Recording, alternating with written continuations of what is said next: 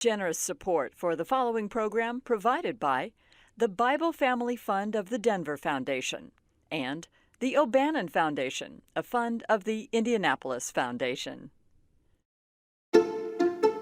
As an 88-year resident of planet Earth, I'm constantly amazed by the infinite variety of activity I see going on around me. The complexity of it all, the way it all works together. Every animal, every vegetable, every mineral, every solid, liquid, and gas, each its own unique contribution, just like us, to the bigger picture, the vast, infinite, interdependent, interconnected web of all creation. I admit, it's a lot for me to process, more than I can handle on my own, which is why I reached out to these people. I exist because you exist. Some of my most thoughtful and most thought-provoking fellow Hoosiers to help me sort it all out. I see this connectedness in my community where pieces fit together. You know, if we kind of allow science to inform our social understanding and whatnot, it's that we really are connected. If there really is a true back and forth connection between everything and everyone, what does it mean? How does it affect, or maybe how should it affect, the way we live our lives? How we think and feel and believe and behave? Good questions in search of good answers, which I hope we can get a little closer to as we explore the connections that exist between you and me, everyone and everything, everywhere.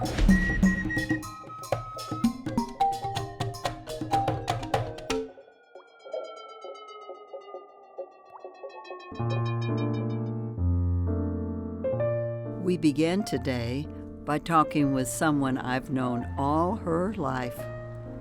Let me introduce you to her. She's a senior at Indiana University in Bloomington, studying business. Her first name is Ellie. Her last name's O'Bannon. And yes, she's my granddaughter.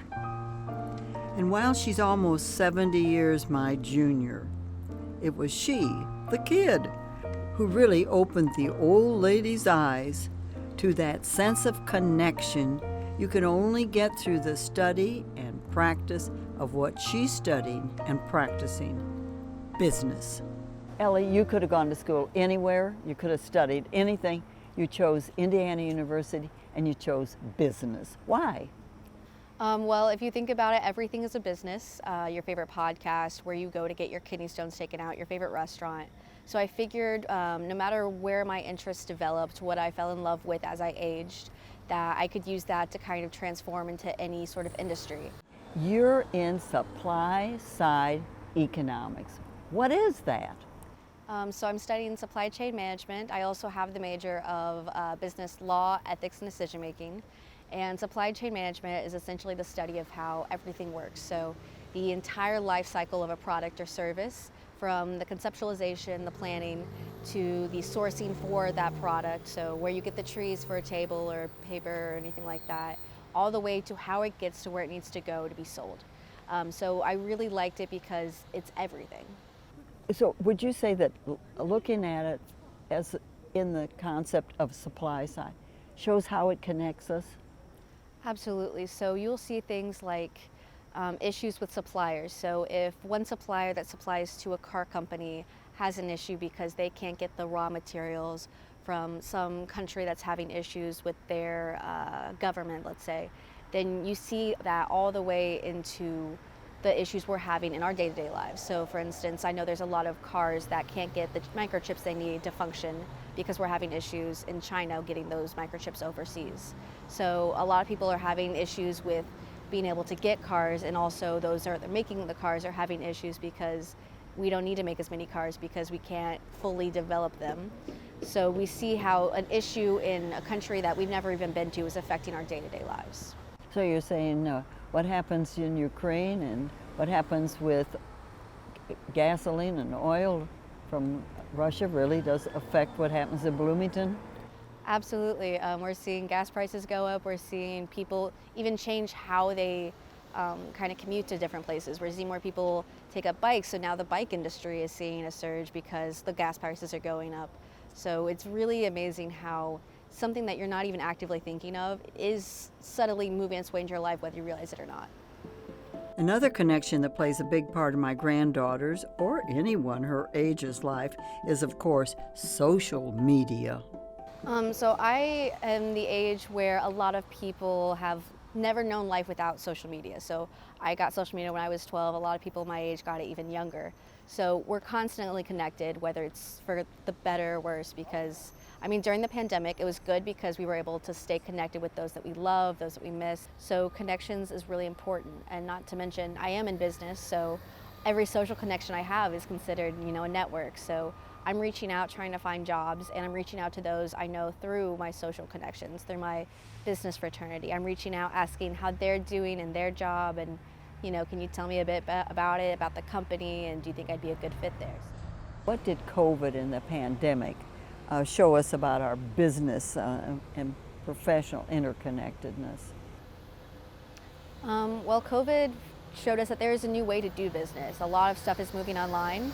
And because of all those business meetings moving online, I'm taking a class right now on simply how to do business via Zoom. So we learned that productivity does take a dip when you go online initially, but you have to set up meetings in a certain way where people feel like they know who they're talking to, because they don't know who they're talking to coming into my generation, going into the workforce. These are people that have been here for a couple dozen years, and we have no idea who they are, but we're working with them every day. But so the way we're learning how to do business online now is find a way to make those connections, suggest a podcast, suggest a book, talk about what's going on in your life, show them your puppy, something to show them that you're not just a robot on their screen, that you are a person, that they are interacting with people, so they don't feel quite as isolated. So they feel kind of an obligation, like a duty to you to get their work done so that you can get your work done and have a good product at the end of it. Speaking of good products, if you think of an airport as a product, which I do, then the products don't get much better than this one, our own Indianapolis International. I got a chance to sit down recently with Mario Rodriguez, Executive Director of the Indianapolis Airport Authority. What kinds of connections does he deal with as he leads a force of more than 400 employees, serving almost 10 million passengers a year? We will get to that question in a minute, but first I want you to hear the story of the historic, improbable, cross-cultural connection responsible for bringing Mario into this world in the first place. My mother and father were Cubans, and they came over to the United States as political refugees when Castro took over. As a matter of fact, it's a rather interesting story because talking about interconnectivity, my mother studied law with Fidel Castro, and she made part of the first government that was set up after Batista. So she was a social democrat. My father was a very, very conservative person and made a part of the Batista government. So at the end, they eventually met up in New York. So the political conversations around the dining room table were fantastic.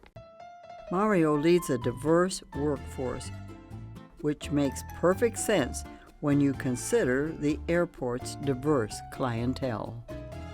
Diversity, if you really think about it, is a business necessity because we all have different life experiences and we're all a summation of our experiences, as I said before. So if you combine all these people, you get a better result. If you have the same type of experiences in the same group of people, you're going to get one answer. If you combine different people with different experiences and life experiences, you're going to get a richness of answers. And it just works better. It's been proven time and time again that that combination elevates whatever you're doing, whether it's an organization, whether it's a corporation, whether it's our airport right here. The airport has won 6 J.D. Power Awards, the gold standard for recognition of customer service. And customer service is such an incredible thing because it's all about connectivity, about connections. Our people, because of their diversity, they're able to connect with our customers. We have people that speak Spanish, we have people that speak multiple languages that are from different cultures, and they're able to connect with the customer base in a deeper way than they would have otherwise done if we didn't have that diversity internally. Although Mario now manages an enormous workforce, he began his career not in the managing business, but as an engineer. How does being an engineer prepare you to run an organization that handles all kinds of human, social issues, all kinds of technical, everything from the weather to people's health to security to what did you eat, did you get sick on the airplane, to that woman sat and she was too heavy in the seat. Yeah. How does it prepare you for all of that gets you to where you get such awards? It's a great question. Engineering gives you the ability to, at least it gave me the ability to figure out that things are completely interconnected. Everything is completely interconnected. The aviation system is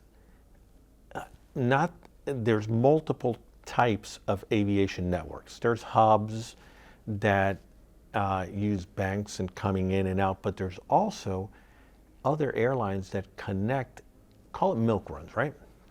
In order to be as efficient as possible, they want to maximize the utilization of the airplanes and the crews. So that's why a storm in Denver could affect you here, because a plane may be going through Denver to Atlanta, from Atlanta here, and if there's a storm in Denver, it domino effects all the way through. Weather, natural disasters, political problems, like in the Ukraine right now, that horrible war in the Ukraine is causing not just a massive amount of pain for the Ukrainians, which is heartbreaking, but it's also closed off airspace, part of the airspace of the world. So you have to fly around that airspace. So it adds hours, it adds basically an economic penalty to anybody that's flying in those general areas. So it really affects everything from here all the way around the world, and air traffic control knows exactly where it is. You get handed off from country to country to country, but there's standards that are set worldwide by the United Nations organization called International Civil Aviation Organization, and we abide by those laws and we connect into them. That's how everybody can talk to each other. It's an amazing feat.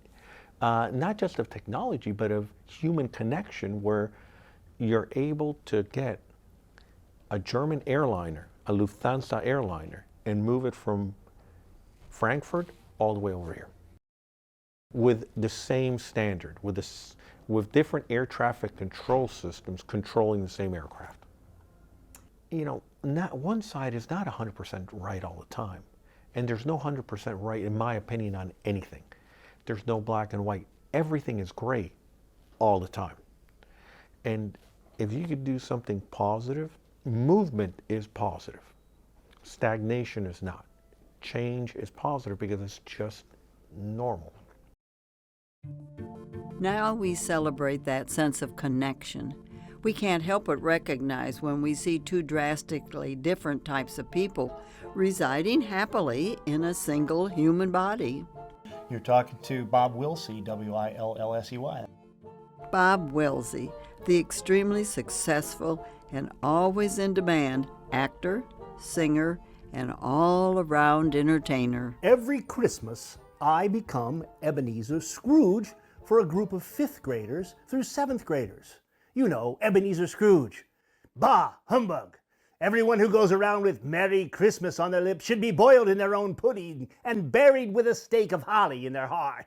And Bob Wilsey, Here. the extremely successful and always in demand financial advisor. Hello, Joe. Yes, Bob here. How are you? Listen, I think it's time for us to move everything from stocks to bonds for a while until we get through this mess. Two Bobs who somehow connect, not as adversaries, but as partners. Stocks to bonds, tuppence a bag. You know, it's like this, Joe. If you don't make a little interest, you're gonna lose some money in the market. You've said the word money so many times, it makes me know you're really all about adding up numbers and putting them in columns and doing investments. How's that fit with the fact that you love to perform? I still love to be involved in singing with our group, the Castlewood Singers. I still also enjoy being in theater productions, which I've done in the last several years. And all of that connects because, for one thing, in theater, you play a character and you develop empathy. And having the numbers is one thing, but being able to translate that to your clients' needs and wants and desires and be able to communicate to them and put yourself in their shoes, it gives me training to have done that. Secondly, with music, it requires you to count, to understand that a piece of music is in a certain key signature or time signature, and you have to know how long to hold a quarter note, a half note, a dotted half note, full note. So, that trains your brain to think in the terms of numbers. Well, I know you as a civic supporter. I love that part of you, Bob. And you're a big help, and you've stayed with them for a long time. Garfield Park. Right. Tell me about how being a financial advisor, but also being a performing artist, how that sort of feeds into your interest and your dedication on Garfield Park. I've used my investment skills and financial skills to help them to raise money, to help them to figure out where to put money. And all during that time period, we were also doing performing of Shakespearean plays. We also did a lot of music. I just hosted a choral festival out there with our Castlewood Singers. We've done 2 of those. So I've used almost every aspect of my experience, from performing arts, music, financial, fundraising, in that Friends of Garfield Park quest. And we're in the process of raising almost $3 million to refurbish those iconic fountains that are in there, and we're doing pretty good so far. We've almost got there. What does a park do for a community? Well, a park is a place where everybody can get together and work together and apply a lot of those same skills that we are talking about, and it is a team effort, and it brings people from all walks of life and all age groups together to accomplish a common goal, like putting on a performance or putting a concert together. We've been able to keep that park up where the city really couldn't afford to do it, stretched so thin. So we've partnered with them. They've been very supportive of us. We talked about how they speak of someone's left-brained or their right-brained, and fit a little of that in, what it means to be interrelated in the things you do. Yeah, I think, again, when you talk about that, really, I think in terms of, your rational thought, your scientific side, your math skills versus your artistic, creative side. And I think that developing one side or the other without pairing them is not healthy long-term for any person, because we need all of those critical thinking skills along with our creativity to match up to live in society as we've got it. Okay, what can you sing that gives us several lines about being connected? We're all one, something like that. Well, if I was to sing something, yes. Let's see, the song that I just sang, one day I'll hear the laugh of children in a world where war has been banned. One day I'll see men of all color sharing words of love and devotion. Finally today, we meet Kathy Sipple. Kathy is a businesswoman with lots of irons and lots of fires, but everything she touches seems to circle back eventually to her one central overriding concern. It's her purpose in life, really, the creation and nurturing of, you guessed it, connections. Okay, well, you know we're talking about everything being interconnected. Yes. And when I talk to other people, say, who knows about this stuff? They said, well, talk to Kathy. She's a connector. What do they mean when they say you are a connector? You know, I think it might be different for other connectors, but for me, I really value connection in community. I moved around a lot as a child, and you have to find your way when you're new, and so you look for the connectors. You asked me before, why do I value connection? Me doing one thing on my own, I can only do so much, but when I find those like-minded people and we band together as a tribe of sorts, that's the biggest thing I can think of to rally around and get it together with as many people as you can. What in the world is time banking?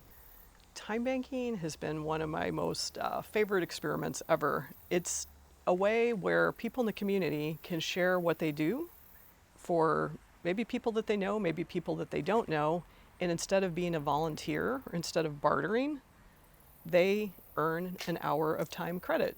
They can use that hour of time credit to then get an hour of service from anybody else in the time bank. So it's just a really great way for people to meet one another, to maybe develop new skills, share skills that they don't do professionally, but that they do as an amateur. And I love the root word amateur, which means for the love of. In Latin, that breaks down for the love of. So not professional, but something that you do for the love of it. It's not meant to replace our, traditional money, but it can unleash a lot of community wealth that would otherwise not be recognized. And it's great too for people who are time rich, let's say teachers during the summer.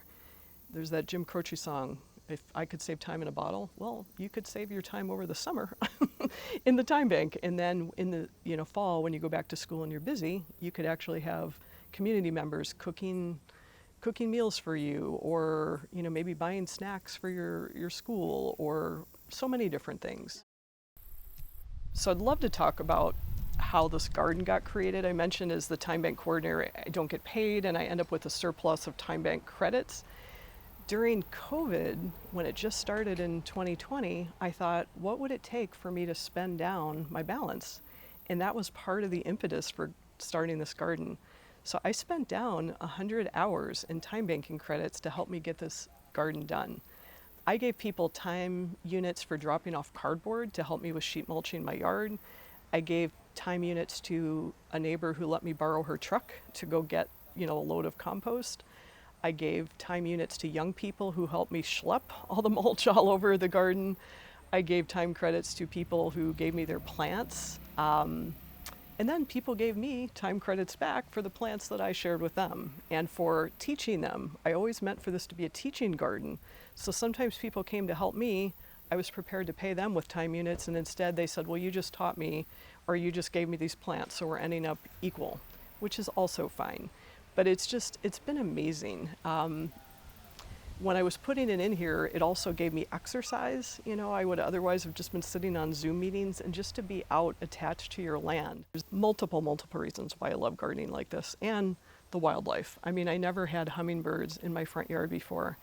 I never had toads in my front yard before. I have dragonflies now, I have bees, I have butterflies, I have so many birds. I think every creature has its purpose, and I think in Western science we don't always know what is the full purpose, but I think nature left to its own devices had it worked out pretty well. So I think just restoring nature to a way that most closely approximates what it would be doing without our interference of chemicals and a lot of poking and prodding, it just allows nature to be, and I trust nature to seek its own balance. Kathy Sipple discovers how creating a garden creates connections between people, their skills, and the natural environment. Bob Wilsey connects to the arts and finances to develop a full, rich life with fruitful civic engagement. Mario Rodriguez uses business, engineering, and people skills to make the connection between global airways, global regulations, the efforts of support personnel, and the traveler about to take his or her seat, wanting nothing more than a safe, worry-free flight. Elle O'Bannon, the college student, looks to business technology to find her connections with friends, of course, and with what she'll need to succeed in the bright future that lies ahead. Where do we look to find our connections within the web of life? Perk up your sensors. What do you see, hear, feel, and experience that tells you you are not alone? You belong. I'm Judy O'Bannon. Thanks for watching.